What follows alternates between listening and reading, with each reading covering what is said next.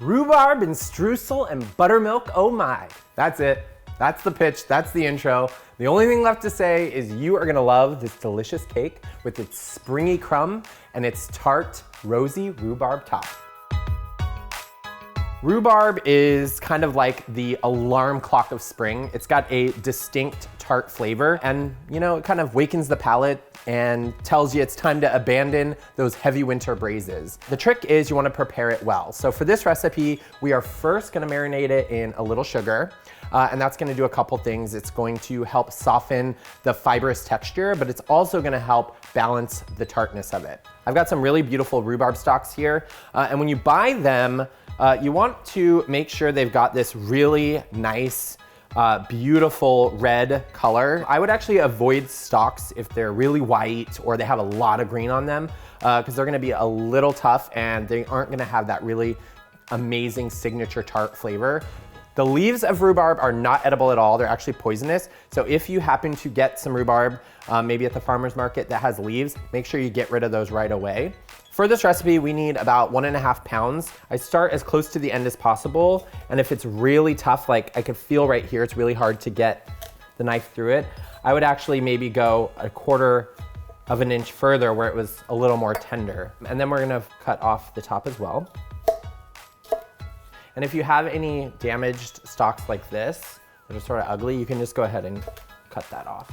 You can break out a ruler, you can guesstimate, or you can just take your pan and hold the rhubarb over the top and sort of guess where to cut.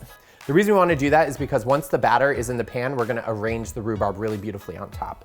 So I'm going to go ahead and cut this one in half. It's about, I would say. And when you have a really thick stalk like this one, as compared to a much thinner one like this one, I like to cut the thicker ones in half lengthwise. That's just gonna make sure that all of the rhubarb cooks evenly. Once you've got all of your rhubarb trimmed, you're gonna go ahead and top it with 1/4 cup of granulated sugar.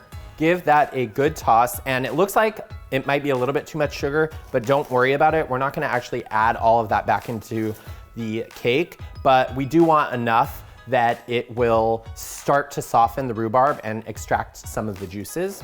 And we're gonna let this sit for about 20-30 minutes. In the meantime, we're gonna make a streusel.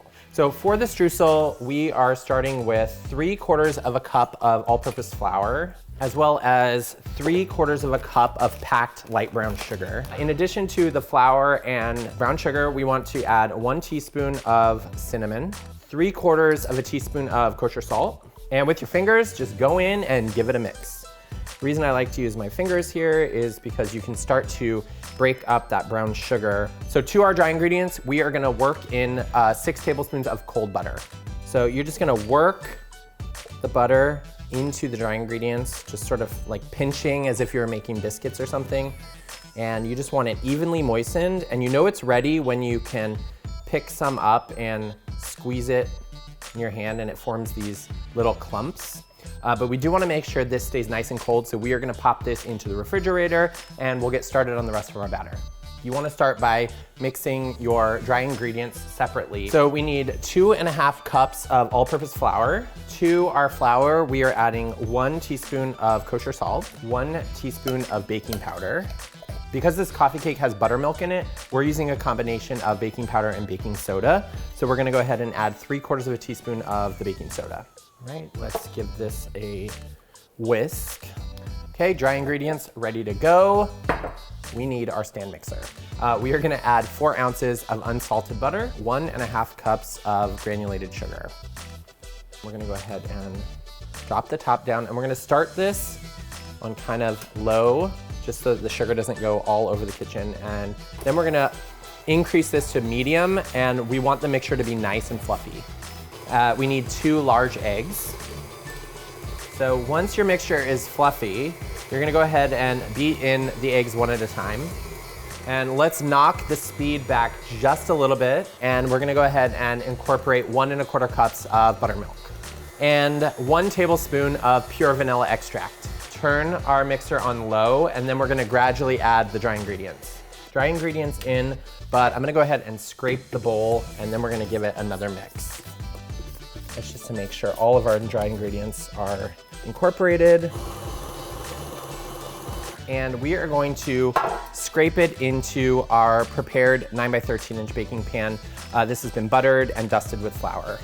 Get it all in there, grab yourself a handy dandy offset spatula, and just spread the batter evenly in the pan. All right, we've got our batter in our pan. Now comes the fun part because we get to basically decorate our batter with our rhubarb. Most of the sugar is dissolved, some of it is still sort of hanging out. That's fine, just give it another quick toss. And you can see it's sort of bleaching this really rosy syrup, really pretty. And we're gonna go ahead and just pop these down right on top of the batter. All right, it looks like a lot, it's a perfect amount.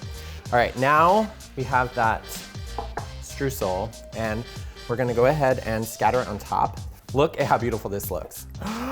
So this is going into a 350-degree oven. It's gonna cook for about 55 minutes, up to an hour and 5. Are you ready for some rhubarb? That's how I get into character. So my coffee cake baked, came out of the oven, and I let it sit for about an hour and a half to cool down because I love a coffee cake at room temperature. You can serve this warm if you prefer, but I'd let it cool for about 30, 40 minutes before you cut into it. So this serves anywhere from 10 to 12. Going in for a bite. I should have had a cup of coffee. You serve this with a cup of coffee or a tea. The texture of the coffee cake is like crumbly and springy at the same time. It's like quintessential coffee cake texture, but it is not about that. Ladies and gentlemen, it is about that rhubarb. You need to go out, get some rhubarb, preheat that oven and spring into action and make this recipe. And I'm gonna leave you with a little joke. I heard about a guy who stole some rhubarb. Guess what? He ended up in custardy.